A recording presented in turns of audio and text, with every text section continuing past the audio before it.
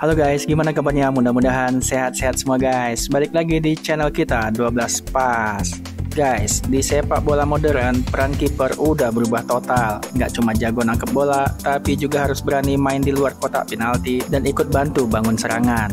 Ini dia daftar 10 kiper super terbaik sepanjang sejarah yang bikin posisi kiper makin seru dan revolusioner. Dari legenda lawas sampai kiper modern, siapa aja mereka guys? Yuk, langsung aja kita bahas.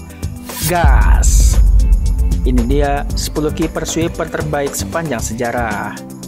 Di sepak bola modern, kiper nggak cuma jago nangkep bola doang. Sekarang mereka juga harus nyaman main bola di kaki dan berani keluar dari kotak penalti. Jadi kiper zaman sekarang bukan cuma tukang nahan tembakan, tapi juga harus bisa jadi sweeper kiper. Selain ngelatih refleks dan penyelamatan, kiper juga diajarin buat pede ngebawa bola keluar dari pertahanan. Terus ngebantu bangun serangan dengan umpan-umpan pendek maupun umpan panjang. Mereka juga harus siap ngebantu tim keluar dari situasi genting dengan cara maju jauh dari gawang buat menghadang lawan atau ngambil bola yang bisa langsung ngubah situasi dari bertahan ke menyerang dalam sekejap. Nah, di daftar ini ada nama-nama legendaris kayak Manuel Neuer dan Alisson Becker yang jadi contoh terbaik sweeper kiper di era sekarang. Tapi ada juga kiper-kiper yang udah ngerevolusiin posisi ini jauh sebelum mereka. Yuk guys, langsung aja kita cek daftar lengkapnya. Nomor 10 ada Jorge Campos yang main dari tahun 1988 sampai 2004. Jorge Campos punya jalan karir yang unik banget di dunia sepak bola.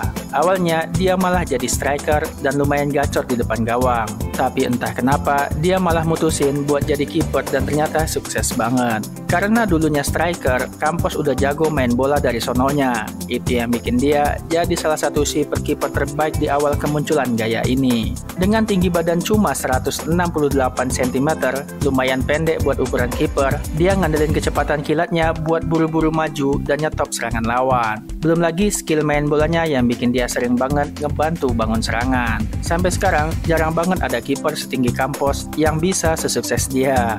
Ini legend banget guys. Kita lanjut ke nomor 9, ada Oliver Kahn.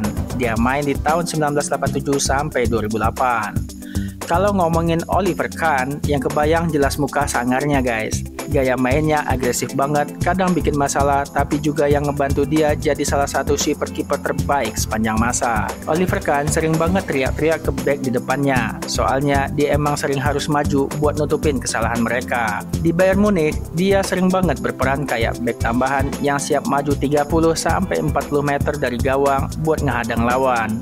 Gaya mainnya yang tanpa takut kadang bikin dia kena masalah, tapi juga bikin Bayern Munich jadi tim yang super sukses. Ini kayak singa guys.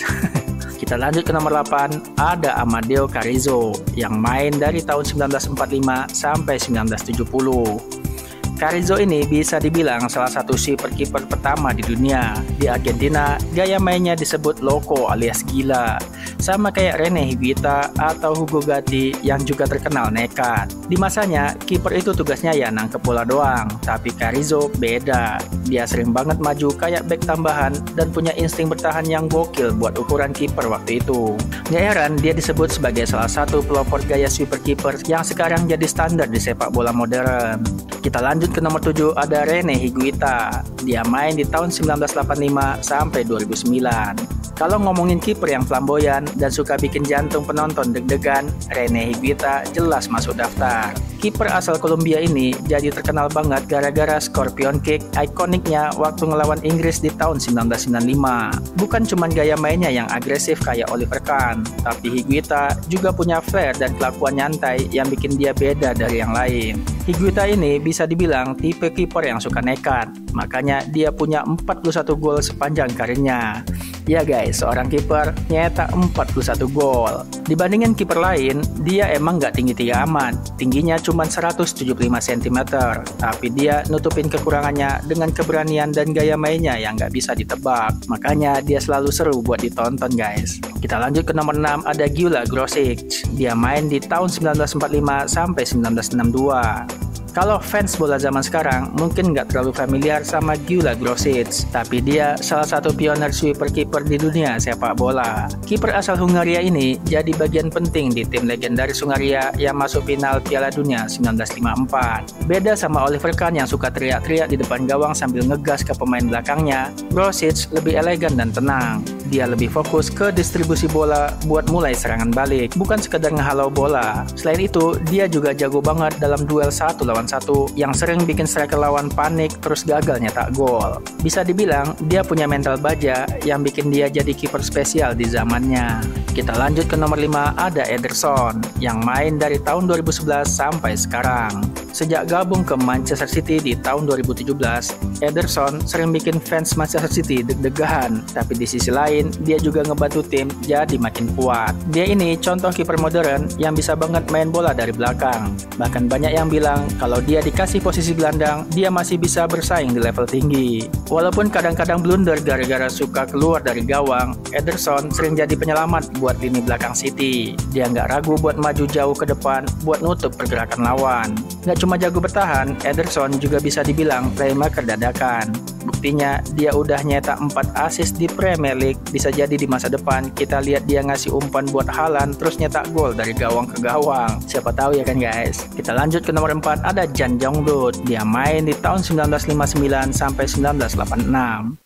Kalau ngomongin sweeper kiper, nama Jan Jongbloed dari Belanda wajib masuk. Awalnya dia main di posisi winger waktu masih muda, makanya pas pindah jadi kiper, dia udah jago banget soal main bola. Beda sama kiper lain di daftar ini yang sering keluar dari kotak penalti buat ngehadang lawan, Jongbloed lebih terkenal karena kemampuan bolanya yang luar biasa. Dia santai banget bawa bola, tenang, dan bisa pakai kedua kakinya dengan lancar. Bisa dibilang, kalau dia main di era sekarang, Guardiola jelas langsung rayu dia buat gabung ke timnya. Jongbloed ini salah satu kiper yang bikin peran sweeper kiper populer sampai sekarang. Tanpa dia, mungkin kita nggak bakal lihat gaya main kiper modern kayak Ederson atau Neuer. Mantep kan guys? Kita lanjut ke nomor 3, ada Alisson, yang main dari tahun 2013 sampai sekarang. Di Premier League, Alisson bisa dibilang kiper yang paling jago dalam peran sweeper kiper dan udah nunjukin kemampuannya sejak awal, walaupun awalnya sempet agak kagok pas baru gabung Liverpool dari Roma di tahun 2016. Walaupun pernah blunder pas main dari belakang di musim debutnya, Alisson sekarang hampir nggak pernah bikin kesalahan fatal dan jadi salah satu alasan kenapa banyak pelatih sekarang pengen kiper mereka juga jago main bola dari kaki ke kaki. Soal jago nahan tembakan, Alisson juga punya skill main bola yang bikin Liverpool makin enak buat bangun serangan dari belakang. Kalau dia nggak main, kelihatan banget bedanya karena Liverpool nggak punya pelapis yang skillnya selevel sama dia.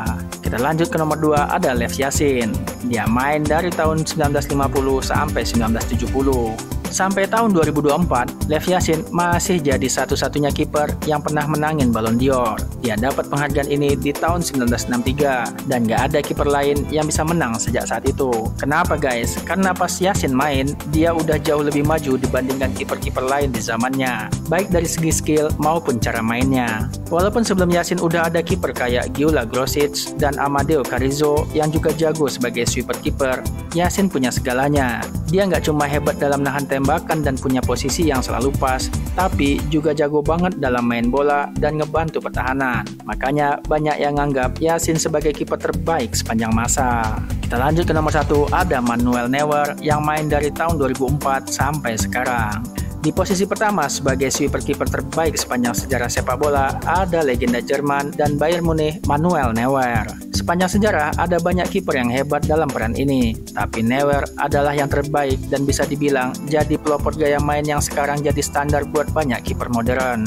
Keberanian Neuer buat maju jauh dari gawang buat ngambil bola udah jadi ciri khasnya, dan itu terbukti sebagai gaya main yang sukses banget. Dia udah ngebawa timnya menang banyak gelar liga, 1 Piala Dunia, dan 2 trofi Liga Champions. Walaupun sering main bareng back top, banyak dari mereka bukan tipe yang kencang larinya.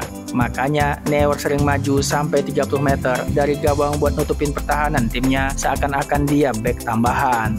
Walaupun ada banyak kiper hebat di daftar ini, Neuer dianggap sebagai pelopor terbesar, terutama buat para pemain zaman sekarang dalam peran sweeper kiper. Nah, jadi itu dia guys, 10 kiper super terbaik sepanjang sejarah. Dari Lev Yashin, si satu-satunya kiper peraih Ballon d'Or, sampai Manuel Neuer yang revolusiin peran kiper di era modern. Nah, kira-kira siapa favorit kalian guys? Atau ada nama lain yang harusnya masuk daftar ini? Tulis aja di kolom komentar. Gak apa-apa guys, santai aja. Oh ya guys, jangan lupa like, share, dan subscribe biar gak ketinggalan konten seru lainnya. Sampai jumpa di video berikutnya guys. Sehat-sehat terus, jaga kesehatan. Makasih banyak udah nonton. Thank you. Bye-bye.